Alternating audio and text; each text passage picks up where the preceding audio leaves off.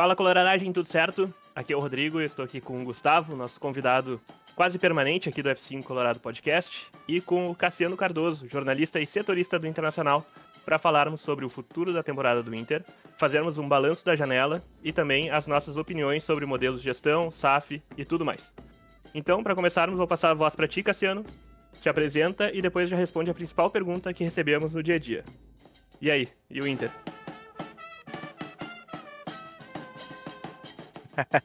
Ai, beleza, gurizada? Não sei se dou boa tarde, se dou bom dia, se dou boa noite pra quem estiver ouvindo aí, independente de onde tu estiver ouvindo, se for no carro, se for no trem, no ônibus. Que esteja sempre acompanhando o Colorado. Sou Cassiano Cardoso, tenho 30 anos, sou jornalista, formado desde 2018, tenho uma passagem pelo Voz do Gigante, Rádio Grenal, enfim. Estamos aí pra falar do Colorado. Cara, sobre o Inter, sobre o gigantesco, sobre o colossal, vivemos um momento difícil, na verdade, porque não quero entrar no quesito gestão, pelo menos por enquanto, até porque acho que não combina com a minha índole até falar isso diretamente da direção ou da gestão, né? Mas o Internacional está, de certa forma, se apequenando por algumas decisões dos últimos anos, né? Não se apequenando, mas rumando para um caminho diferente, né? Se a gente for ver, tem vários clubes, por exemplo, que em outras épocas tiveram grandes glórias na Europa, enfim, e que hoje em dia estão mais no meio de tabela, nessas ligas, enfim. Eu acho que o Inter daqui a pouco, infelizmente, pode estar seguindo esse caminho, mas ao mesmo tempo acho que a gente está aqui enquanto torcedor, enquanto não só como jornalista, mas acho que como torcedor mesmo a gente é parte disso e a gente tem tudo também para conseguir retomar esse caminho. Então, devolvendo para vocês, estamos na merda, mas as coisas vão melhorar, pode ter certeza. E aí, tu, Gustavo, o que tu tá achando dos resultados recentes do Inter e o que tu espera até o fim do ano? E aí, galera, boa tarde, tudo bem? Cara, tô bem desanimado, assim, né? Bem desesperançoso, assim. Queria estar mais otimista, assim, no curto prazo, mas tá difícil de ter otimismo, né? A equipe não vem jogando bem, não vem desempenhando, né? Acho que o Roger não tá conseguindo tirar muito dos jogadores. E agora é aquele final de ano melancólico, assim, não tem nenhum campeonato que a gente tá jogando de verdade, né? Que a gente tá jogando com participação. Parece aquela coisa aquele meme do gurizinho jogando videogame sem o controle dele tá no PC, assim, sabe? Tipo, a gente não tá jogando, entendeu? A gente vai só cumprir tabela até o final do ano, então gostaria de estar mais feliz, mais empolgado, mas infelizmente não vejo, assim, boas coisas pra gente no final do ano. Não sei nem se a gente pega pré-Libertadores pelo desempenho que a gente tá tendo. Não vejo contratações para essa janela. Talvez até apareça alguma contratação no último dia hoje, né? Mas queria estar mais animado. Infelizmente não tô tanto. A gente tá gravando hoje no dia 2, né, que fecha a janela, então se tiver alguma adição, né, alguma nova apresentação do Inter, daí eu vou colocar aqui na pós-edição. Cara, sim, eu acho que realmente esse mês de agosto ele foi um banho de água fria total, assim, né? Porque a torcida se mobilizou, né? A gente teve decisões importantes, assim, e mais do que as eliminações foi realmente, como tu tinha comentado ali, tipo, o que o time entregou, né?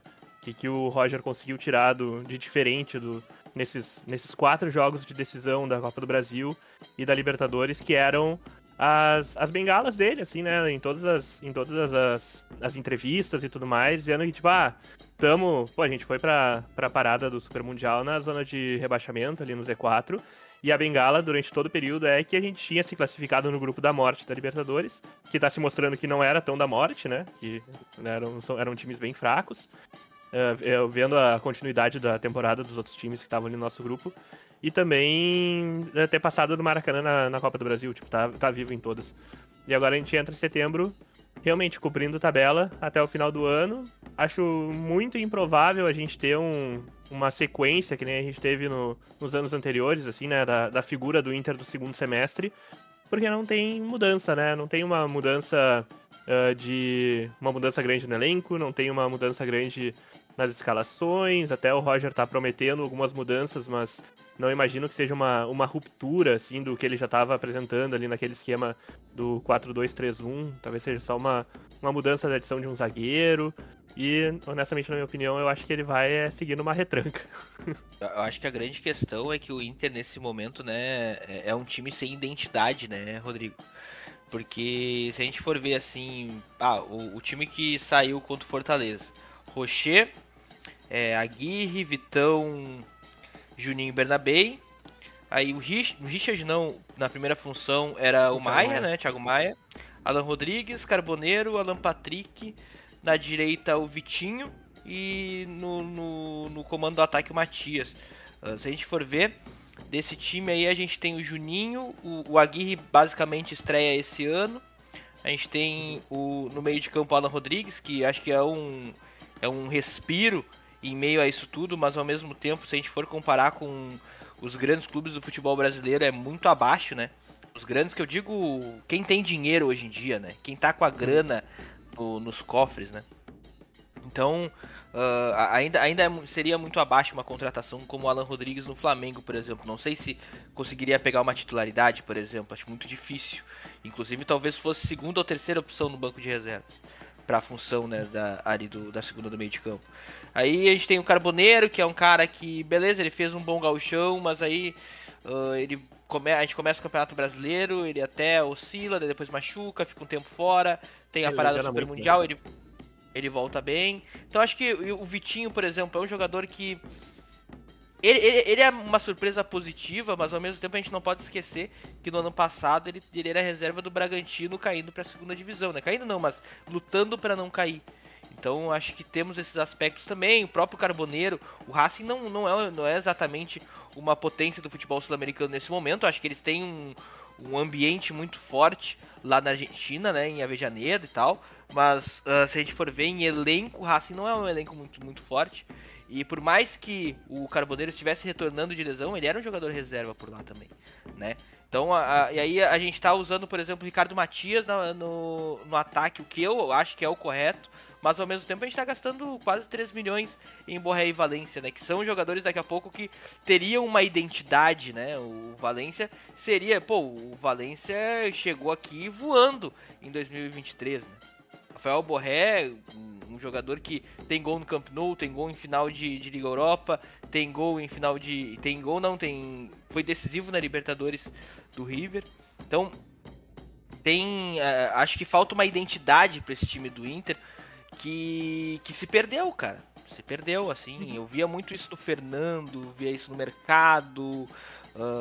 Parece, assim, que hoje em dia... até um ano, 2 atrás, a gente perguntava, por exemplo, para alguém de fora do estado, e aí acho que isso também tem a ver com a identidade. A gente perguntava pra alguém de fora do estado, quem são os 11 iniciais do Inter? O cara saberia uns 8, 9, sabe? Hoje, tu pergunta pra alguém de fora, o cara não vai saber. Porque o Inter não tem essa identidade, não tem um selo assim que a gente pode dizer, o time do Inter é esse, beleza, o cara vai saber se tá o Rocher, o Vitão, o Alan Patrick. Pois é, então, e essa identidade também dá pra falar não só nas personalidades, mas também na própria identidade dentro de campo, né? Tipo, o que o trabalho do Roger transmite, assim, a gente já teve times que a gente considerou, um time operário, né, um time de marcação muito forte, saída rápida, até recentemente, assim, com o Odair, a gente sabia que o time ia ser reativo total, né, fechar ali, sair com os 2 volantes correndo, tem uns malucos, né, no auge, vamos dizer, no auge do Odair, era assim.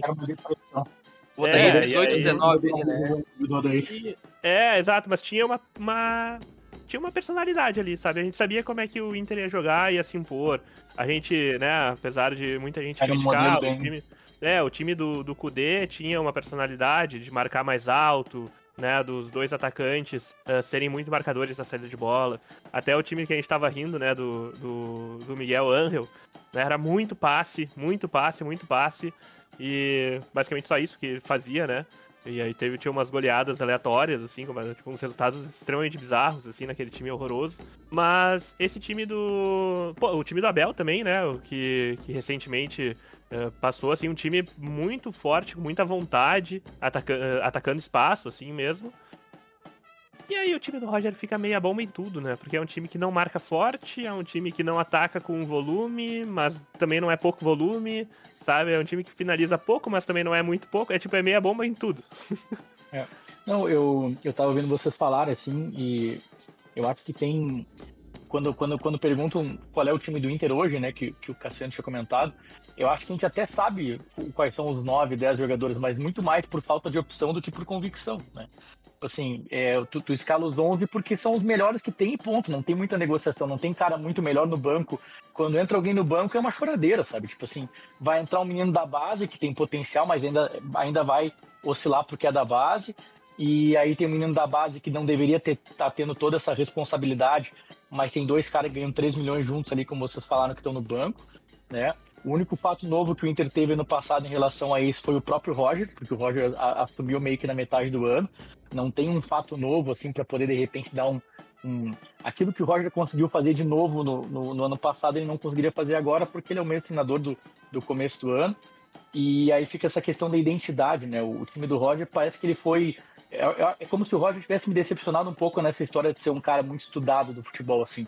Porque parece que os caras entenderam o funcionamento do Inter e o Inter acabou, assim. O Inter faz muita jogada pela lateral, muito pouca jogada por dentro. E aí os caras começaram a marcar o Bernabé de um lado, o Aguirre do outro, e a gente começou a não jogar mais, assim, né? E essas coisas que acontecem só com o Inter, né? O cara botando bola na trave, a bola não entrando aí. O cara vai dar um passe de 2 metros para o outro e entrega um gol contra o Fluminense lá no Maracanã, sabe? Então, é muito difícil sair disso, assim. Por isso que eu acho que eu tô com a perspectiva ruim. Tá sendo comentou de jogadores que a gente tem contratado ali, e é bem como ele falou, assim, jogadores que são médios, que não estão em bons momentos, e o Inter tem conseguido ter criatividade para tentar pegar caras assim, para ver se eles rendem melhor no Inter. Porque se a gente for tentar na grana, cara, o Flamengo gastou 500 milhões de reais em contratação esse ano, entendeu? Então, como é que eu vou contratar um cara parecido? Eu acho que o Flamengo deve ter uns 8 reservas que serão titulares no Inter ou no Grêmio, sabe? Então, não que o Grêmio me interesse, mas assim, para mostrar essa disparidade grande. Então, por isso que fica essa coisa. Eu entendi o que o Cassiano disse. Eu acho que a gente está fazendo isso mesmo de uns anos para cá, tá se apequenando. Mas como é que eu consigo sair disso se eu também não tenho dinheiro para de repente bater de frente com contratações melhores, sabe? Então é por isso que eu tô com essa perspectiva ruim de futuro, assim, porque eu não vejo uma saída, assim, né? E é isso. Eu acho que o Roger também não tá conseguindo ser muito mais diferente, não. Achei que ele ia surpreender um pouco mais nos 3 jogos que a gente fez seguidos contra o Flamengo. Eu acho que ele não fez isso. E aí fica esse meia bomba que vocês falaram, assim, que tipo, não tem uma identidade mesmo, sabe? Pra mim, como funciona, né? Como que o Inter chegou a esse ponto, a esse momento da temporada com tanta dificuldade.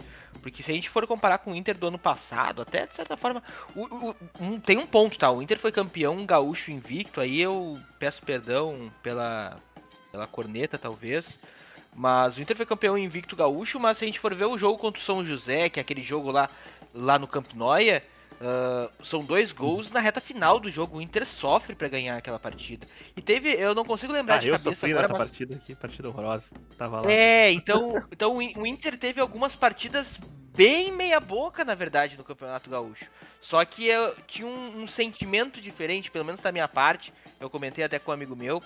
Porque em 2006, por exemplo, 2005, mesmo quando o Inter jogava mal, a gente vencia. E aí eu tava com esse sentimento muito positivo, assim, de que mesmo o Inter jogando mal com esse time do Roger, a gente tava conseguindo bons resultados. E aí chega num determinado momento da temporada, eu acho que o Roger, ele entende que ele tinha chegado num momento tão bom do Inter, no sentido tático, no sentido de entendimento do que tem que fazer em campo por parte dos jogadores, que ele resolve, quando começa o Campeonato Brasileiro, a colocar o Fernando como aquele volante entre os zagueiros, né? E aí a gente começa... Tanto é que as pessoas começam a dizer, o Inter tá jogando com 3 zagueiros, com o Fernando de líbero. Na verdade, não é bem assim. A impressão que me dava é que existia um movimento, de fato, pro Fernando se juntar a esses 2 zagueiros, mas não necessariamente ser este terceiro cara. E aí, a partir disso, a impressão que me dá é que o Inter perde muita compactação e desde então nunca mais recuperou. Se a gente for ver, o gol do Matheus Pereira, por exemplo, é num setor onde deveria estar atuando um volante, porque é aquela linha entre o lateral, que dá aquela amplitude defensiva para trás, e a parte mais central ali à frente da área. E aí, o próprio gol do Caio Jorge também, enfim... O Inter vem tomando muitos gols justamente por estar com esse setor meio despovoado. E aí, se a gente for voltar lá atrás, na derrota pro Flamengo no ano passado, onde o Inter já dava um indício de que poderia atuar em algum momento dessa maneira, muitos dos gols marcados pelo Flamengo, foi 3-2, se eu não me engano, a gente sai perdendo por 3-0. Jogada na ponta, tabela muito rápida entre os jogadores do Flamengo, a gente recuava tanto a ponto de gerar esse espaço na entrada da área, rolava pra trás, chegava alguém finalizando, e aí, mano, o Flamengo não é um time comum que vai chegar qualquer um pra finalizar. Na verdade, vai chegar qualquer um, mas só que o problema é que qualquer um do Flamengo finaliza melhor que a maioria do futebol brasileiro, né? Então tem essa mudança do Inter que às vezes a gente tá recuando, e aí quando vê tá uma linha de 5 praticamente na pequena área e gerando esse espaço na frente. Então tem essa descompactação e aí tem um outro ponto.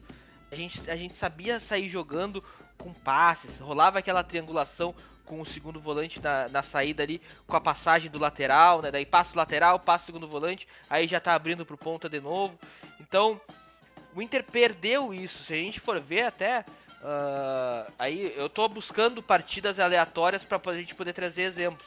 Mas contra o Atlético Nacional, lá, era ligação direta o tempo todo, não tinha essa criação por baixo. É sempre o balão pra frente pro ponta, ou então o balão pra frente pro centroavante. Agora tem a do Ricardo Matias, pelo fato dele ter uma estatura mais alta, ele divide com o jogador no alto, dá uma penteada ali e sobra pro ponta, ou então a ideia seria sobrar pro ponta. Só que aí tu vai ver, somos 2 contra 3, 4, 5 defensores, não adianta. Precisa ter uma compactação tanto defensiva quanto ofensiva. O ataque ele não pode ser um trio. O ataque ele tem que ser em bloco. Tem que ser a equipe inteira formada, né? Avançando a linha. Coisa que o Inter não tem conseguido fazer. Então acho que essa identidade também foi se perdendo. E hoje em dia a gente não consegue mais enxergar uma perspectiva positiva. Porque o Inter vai enfrentar o Fortaleza em casa, que é penúltimo colocado. E não consegue criar o suficiente. Essa que é a verdade. A gente conseguiu um penal. A gente fez o segundo gol numa jogada em que... absurdo o espaço que o Alan Patrick recebeu dentro da área para receber do Bernabé, né? Porque é uma bola atravessada, curta, e aí inclusive passa o Vitinho tá livre na ponta direita para finalizar, a bola sobra para ele. Então, jogada por dentro, né? Jogada por dentro, que o Inter não tava sabendo fazer jogada por dentro, o Bernabé fechou por dentro, conseguiu fazer jogada por dentro, porque o Inter tava sendo marcado, já entenderam o Inter jogando por fora, o Inter não consegue sair jogando por fora mais pelas laterais. Precisa um aumento dos recursos, assim, né, que tem ali das estratégias para adotar durante o jogo, né? E é por isso que eu acho que o Roger não tira mais muito desse time, porque se a gente tá entendendo o que tá acontecendo, o Roger, que é o estudado, né, ele deveria estar vendo isso há muito tempo, sabe? Então é isso que eu digo que parece que o Roger me decepcionou. A gente tá conseguindo ver coisas muito simples de ver, que eu acho que ele deveria estar vendo também, que a gente tá conseguindo ver, sabe? E essa coisa que a gente falou do Gauchão lá, eu dei um desconto do Gauchão, eu acho que uma coisa que eu queria trazer também, eu dei um desconto no Gauchão como torcedor, porque eu acho que tinha um fator emocional muito pesado ali com a questão toda de não poder perder aquele título, sabe? Eu lembro que eu tava no estádio na final do Gauchão, nós tínhamos feito 2-0 no Grêmio, tava 0-0 o jogo, já tinha passado um bom tempo do jogo, e eu tava tenso demais. Tipo, tinha 2 gols de vantagem nossa, e eu tava assim, caralho, esse jogo tem acabado uma vez. Então, assim, eu acho que aquela reta final do Gauchão, de quarta de final, semifinal e a própria final, tem um quê emocional aqui, que, cara, não podia perder de forma alguma aquele negócio, e a gente tinha que tirar uma tonelada de uma camiseta de concreto das costas para poder, de repente, parar com essa porcaria desse negócio que não tá ganhando há muito tempo, sabe? Então ali eu dou até um desconto. O que eu acho que está confirmando tudo que vocês estão trazendo, que pelo menos é uma visão minha, é que pós-Gauchão a gente se gastou muito pro Gauchão. Se gastou muito do ponto de vista físico, todos os pontos de vista possíveis. E aí eu achava que o Roger tinha que dar uma rodagem melhor pro time. E a gente fala muito isso aqui no F5, né, Mo? De daqui a pouco assim, botar os caras para jogar e até os caras ganiçar, e os jogadores reservas que poderiam começar a ter um pouco de ritmo de jogo estavam com 0 minutagem ou muito pouca minutagem. Então tu tinha os caras sem ritmo de jogo, com muito pouca minutagem, e a gente fez um levantamento aquela vez, né, Mo? O Vitão, o Aguirre e o Bernabé estavam com as maiores minutagens das suas posições na Série A do campeonato. Então, sim, assim, era fato que os caras iam começar a perder rendimento, era fato que os caras iam começar a não sustentar mais essa compactação que tu fala, e tava na cara que ia acontecer. E a gente começa a ter lesão, começa a colocar os caras fora de ritmo por lesão, perde jogadores importantes que estavam tendo um ritmo bom e sustentando o time por mais tempo porque estava lesionando e não porque a gente conseguiu fazer essas paradas controladas, e aí eu acho que a gente começou a não ter mais a perna também, não só a parte da compactação técnica, mas acho que a gente começou a não ter mais perna para sustentar o negócio também. E o Roger ficava se segurando no discurso de que o grupo era curto, mas eu acho que o grupo é curto em algum nível, mas eu acho que ele não ajudou muito nessa coisa de não rodar um pouco mais o time a cada... Pô, o Bernabé a cada 6 jogos, deixa o cara descansar entendeu? E aí tu vai ter sempre o Bernabé o melhor lateral esquerdo do campeonato passado, se ele de vez em quando ele conseguir dar um descanso entre um jogo e outro. Agora, tu botar o cara pra jogar todas, ele vai começar a fazer erro bobo, como foi o erro contra o Palmeiras, que a gente perdeu de 1-0 no final do jogo, em cima do Bernabé, que estava jogando há 8, 9 partidas seguidas, e aí o cara começa a errar, a perna começa a não obedecer. Então, pra mim, isso se sustenta um pouco também pelo que a gente esganiçou a parte física para ganhar o gauchão e não teve, talvez, a oxigenação necessária para conseguir manter um desempenho melhor. Essa é a visão que eu tive naquela época. Pois é. Assim, pro momento, essa desculpa já não acontece, né? Porque teve férias e agora eles já estão de folga de novo, né? Não. Mas aí entra principalmente a parte... Voltou pior. Mas ter, assim, e tá, tipo, deu muitas férias e tudo mais. Cara, 2, 3 dias pra quem treina todo dia não explicaria, assim, uma queda de rendimento, né? O que me preocupa ali, realmente, principalmente dessa fala, é que a gente segue ainda numa mesma lógica, assim. Sabe, agora a gente vai ter 2 jogos depois dessa parada, tá? Todo mundo vai estar recuperado. Mas depois a sequência fica um pouco mais leve e qual a expectativa da gente ver de um jogador da base poder assumir um espaço para ter uma rotatividade ali, uma troca de peças ao longo do jogo, pra gente poder ver alguns jogadores como, né, o próprio Gustavo Prado, né, que é um jogador que tá indo pra seleção sub-20. Da última vez que ele foi pra sub-20, ele perdeu espaço quando voltou. E jogou razoavelmente bem, né, foi campeão lá do Sul-Americano. Mas enfim, eu acho que esse é um bom gancho pra gente falar sobre o balanço da janela. Porque agora fecha a janela de transferências. E o Inter trouxe aqui, Cassiano, se me corrija se eu estiver errado, mas trouxe o Alan Rodrigues, que é um bom jogador, né, uma peça que a gente estava precisando. Trouxe o Richard e liberou um monte de jogador. E o Alan Benítez, foi o primeiro jogador ali repete pra mim, Richard, Alan Rodrigues, Alan Benítez. E aí depois as liberações. Da janela do meio do ano. Acho que foi esses 3 aí mesmo. A janela do meio do ano.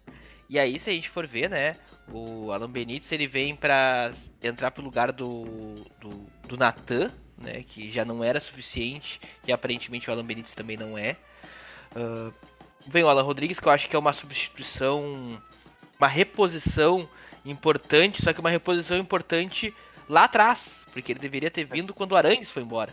Essa que é a verdade, né? E aí o Richard ele seria o substituto do Fernando. Não é exatamente o substituto do Fernando, mas foi contratado justamente para suprir aquele espaço. Então a gente percebe também um movimento da diretoria de reposição com jogadores piores dos que estão saindo. Eu acho que a melhor reposição, beleza, Alan Rodrigues do Arangues, um ano depois. Mas ao mesmo tempo, acho que a melhor que eu consigo enxergar olhando pra trás foi o Fernando pro lugar do Johnny, porque sai o Maurício entre o Tabata, o Carboneiro vem pra ser uma alternativa caso o Wesley saia, né? E enquanto o próprio Wesley ele vem também pensando numa possível saída do Wanderson. Então, o Wesley vem uma posição bem... Do Pedro Henrique saiu um pouco antes também, né? Exato, e o Wesley ainda vem numa contratação bastante criticada, né? E ele cumpriu o ciclo de Wesley dentro do nosso clube, né? Porque em todos os clubes que ele passou foi isso, né? Tipo, um período em alta e depois a decadência, né? Eu acho que isso é um movimento também que a gente tem que analisar, que é algo que acontece no Inter, tá? O Bernabé, por exemplo, ele teve uma... Claro, eu já falei isso, eu já falei isso no off algumas vezes, mas o Bernabé em 2024, se tu pega aquele recorte ali dos 6 últimos meses, eu não consigo olhar na Europa, assim, na Inglaterra, na Espanha, na França, um lateral esquerdo que tenha jogado o que o Bernabé jogou, entregando gols e assistências, né, participação em gol, acho que é um nível muito alto, assim. Mas claro, isso também é aquela visão um pouco do Colorado, né, do cara que enaltece muito, muito clubista, né. Mas se a gente olhar pra trás, o Bernabé desse ano é bem abaixo comparado ao Bernabé do ano passado. O Wesley, ele é bem abaixo... Pode, por favor. Isso eu acrescento que essa mudança de uma temporada para outra, ela puxa até um tema que a gente falou, assim, dos recursos, né? Porque o Bernabé, ele tem uma forma de jogar, e ele joga dessa forma. O Wesley, ele tem um drible, sabe? Ele não tem variação, ele não tem outros recursos que ele possa imprimir. Então, pô, é muito mais fácil. Porque hoje a gente vê assim, né, no Instagram dos jogadores profissionais, eles estudando, né, os auxiliares de goleiro lá dizendo, tipo, tu tem que pular pra lá, quando o cara dominar, ele chuta daquele lado de lá, essas coisas, tipo, esse treino é todo mapeado. Então, o zagueiro, quando treina pra segurar um atacante, ele recebe as informações também, tipo, como é que o atacante dribla, como é que o cara se comporta dentro de campo e tudo mais. E esses jogadores, eles estão se mostrando previsíveis. É a história do alemão. O alemão, quando começou, voou, depois ele caiu, e aí quando ele começou a despontar de novo, foi quando ele começou a jogar diferente. Tipo, ele já não era o cara que só trombava, assim, ele já começou a botar em campo algumas outras coisas, tipo um chute mais de fora, né, aquele chute ele deu contra o Palmeiras, assim, que uma pena não ter entrado, um chute do meio de campo, praticamente. Então, assim, os jogadores têm que se reinventar, né, individualmente. Eles têm que aprender outros tipos de drible, né, porque hoje um jogador não vai fazer uma carreira inteira com um drible só, que nem foi o da Alessandro com o Laboba, né, e mesmo a Laboba tinha variações, tá ligado? Ele tinha muitas opções. Eu lembro até uma matéria na Zero Hora, acho que até era do Ernest, a matéria, que mostrava as variações que ele tinha quando ele puxava a Laboba. Assim, se o cara abrisse a perna, ele jogava no meio das pernas, senão ele podia jogar por cima, sabe? Ele tinha várias variações do drible.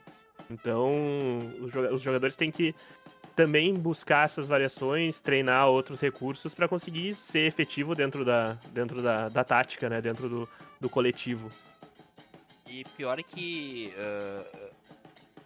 Bernabé, né? Tu disseste Wesley. A gente pega o Wanderson, a gente pega o Depena. Quem mais? Pô, cara, a lista era...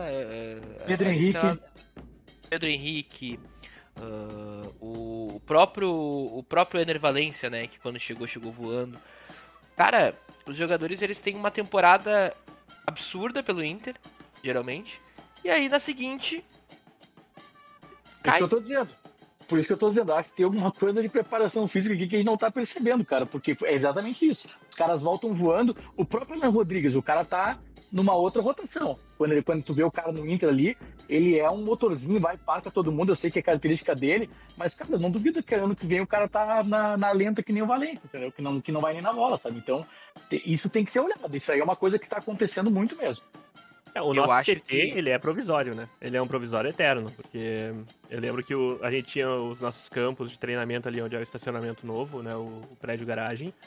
E o uso do Parque Gigante como CT profissional, ele era uma coisa provisória no momento que foi instaurado lá, porque tinha as normas da FIFA para a Copa do Mundo. Só que a gente já tá há 10 anos, né? Mais de 10 anos e não teve um investimento. Pô, o Mirassol, né? Que é o fenômeno desse campeonato, assim. Ele vendeu um jogador lá que deu um pouco mais de 10 milhões e investiu tudo em equipamento pro CT. Então, o Inter fez um paliativo que virou solução, né? O problema, e aí acho que a gente volta... Pô, é um discurso que o pessoal já vem usando nos últimos meses, principalmente, né? De que, cara, a única explicação, e aí isso corrobora com o que aconteceu lá atrás, 2012, Fernandão, né, zona de conforto. Por quê? Os caras chegam voando, querem mostrar, querem isso, querem aquilo, e aí de repente parece que de um ano pro outro, não sei se caem na real, daqui a pouco entra na cabeça de que, cara, aqui é assim, então... pouco as coxas mesmo, entendeu? Então, não sei, sinceramente. E aí, em relação ao CT, é justamente isso também, porque eu lembro que na época era criticado, né? Porque o CT do Inter dizia que era um puxadinho, né? E atualmente, se a gente for ver a estrutura, ela é abaixo, cara. A gente vê a estrutura como um todo do Beira-Rio, assim, meio defasada. Cara, tem algumas coisas estruturais, assim, que tu vê que ficou pra trás já, sabe? E aí eu entendo que teve a questão da enchente do ano passado e que isso prejudica muito, mas... Não Eu dá acho pra usar que mais quando... isso, né? Não dá pra usar mais a enchente esse ano, né? A gente entendeu ano passado, mas Isso. como tu tá dizendo, não dá pra colocar isso como justificativa mais pro momento que a gente tá hoje, né?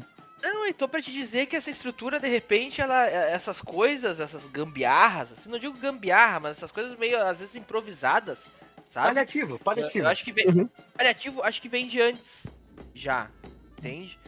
Então, a sala de imprensa, por exemplo, do CT, ela não dispõe de uma grande estrutura, né? Os espaços, no geral, são pequenos. Até a gente visitou no ano passado, eu visitei, né, o CT pós-reforma. Teve uma visita da imprensa, a gente foi convidado, tudo. E, cara, bem legal mesmo. A academia é bem grande, bem espaçosa, mas ainda assim parece que, comparado ao Inter, beleza. O Inter comparado a ele mesmo, beleza. Aparentemente tava melhor, tava diferente, sabe? Mas se a gente for ver, cara, o Cuiabá inaugurou um centro de treinamento no ano passado absurdo. Pelo menos eu lembro agora recentemente que quando eu acho que foi o Guerreiro teve a lesão, ele teve que importar aquela esteira de gravidade zero, né, por si, porque não tinha não tinha no CT ali pra ele poder acelerar o retorno dele ao campo, sabe? Então, são coisas que são bem preocupantes, assim, porque vão além do nome. Porque, cara, assim, o Richard, ele não é um volante que, na minha opinião, ele não deveria nem ter sido contratado, né? Porque a gente tem o Luiz Perfeito. Otávio ali É que isso. tava crescendo, a gente tem o Thiago Maia que atua ali de 5 também, então já teria um titular e um reserva. Mas ele vir e não ter a condição de jogar em alto nível, tipo, ele tem condição de jogar em alto nível porque o Inter é um time de Série A, mas de ser um jogador que vai disputar a titularidade sem ser por peixaria, então, cara, não tem por que vir, Meu, tá ligado? Uma das coisas loucura. que eu acho que foi muito bom pro Inter recentemente, pra eles poderem uma oportunidade de rever processos. Eu tenho que cuidar como é que eu falo isso, mas durante a enchente deles terem saído dali e irem treinar em Alvorada, que foi o que permitiu do Gabriel Carvalho assumir ali tipo, aparecer, outros jogadores da base aparecerem, treinarem juntos, assim, porque, cara, a gente já tá há 10 anos com o CT no Parque Gigante, não tem uma integração correta com o CT de Alvorada, né? Esse processo de transição do profissional, da base pro profissional, é sempre assim, tipo, e aí até puxando a psicologia, né, Gustavo? O guri que sai de Alvorada pra treinar com o profissional, ele troca de ambiente totalmente, né? Ele não vai se sentir confortável assim, ele não vai se sentir bem recebido em um primeiro momento. Ele vai demorar um pouco mais a se adaptar. Se estiver treinando já no mesmo local, com horários parecidos, né, no campo do lado, cara, essa adaptação é muito mais fácil. Tipo, o ambiente conta muito também pro guri se soltar.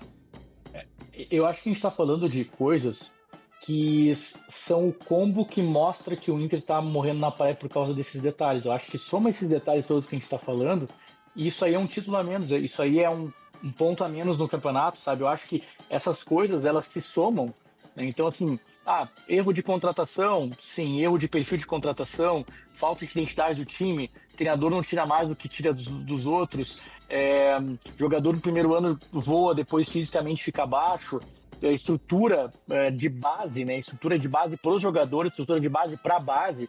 Eu acho que é nessas coisas que a gente vai perdendo pontos aí na soma final e faz o Inter começar a ficar nessa situação. Porque tem uma situação que é imutável para nós hoje, que é a questão financeira. Enquanto a gente não olhar para isso, a gente vai continuar ficando muito abaixo de equipes que tem SAF, ou que tem Crefisa da vida, ou que tem lá o cara que tem o dinheiro e bota no próprio clube, porque o cara é louco pelo clube.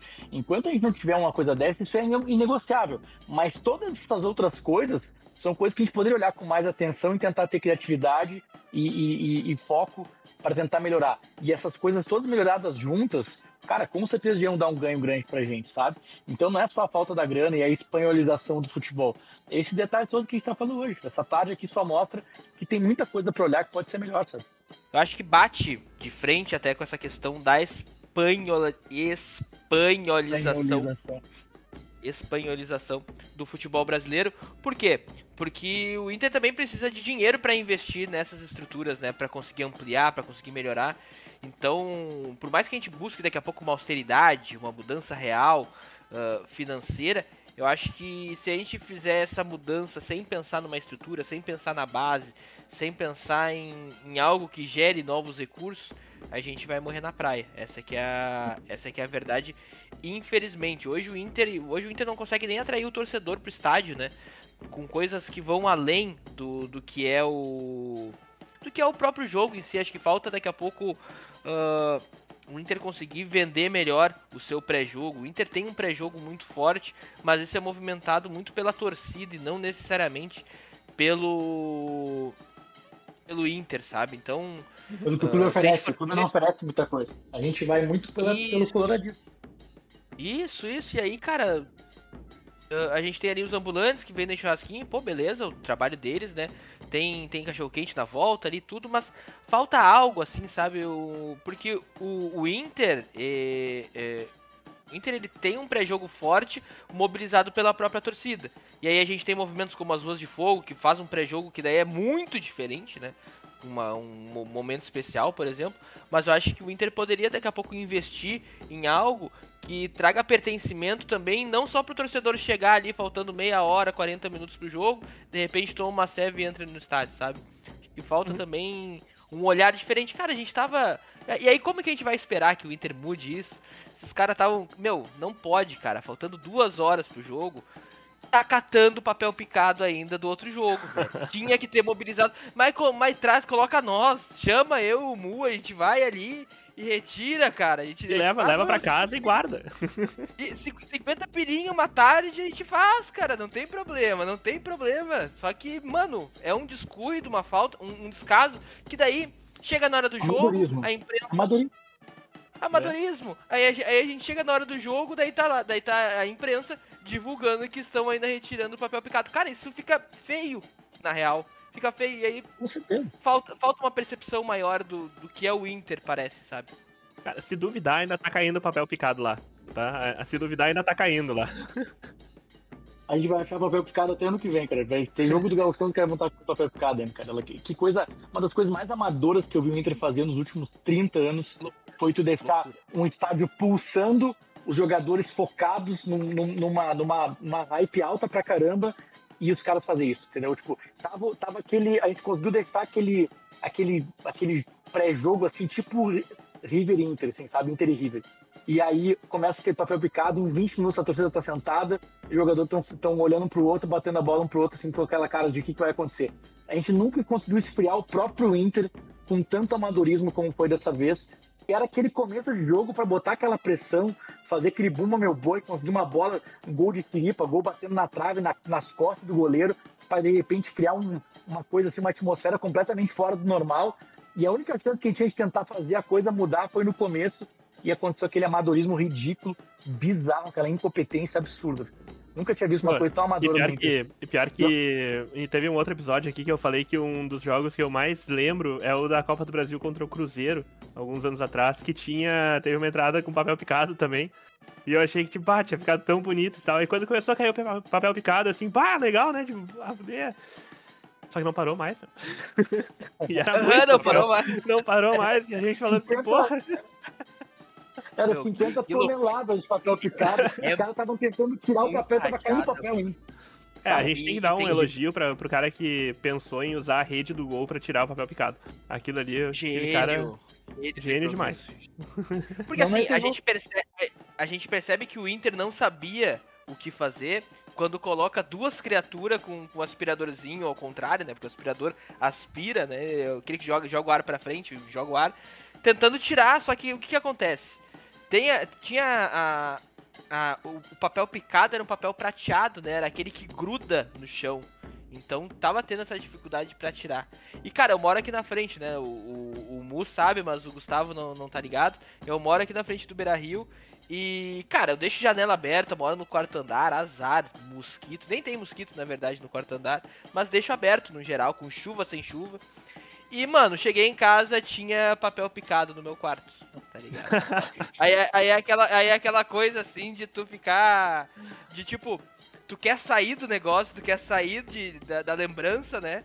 E aí tu olha pro lado, tá o papel picado aqui. Mas, enfim, são coisas de morar aqui perto, tem suas vantagens. Mas aí tem essa desvantagem aí emocional, no caso do papel picado. Pra ver o absurdo do papel, chegou na casa da pessoa, cara, é muito absurdo, você tá louco. Tá perseguindo, né? Ele gruda de verdade.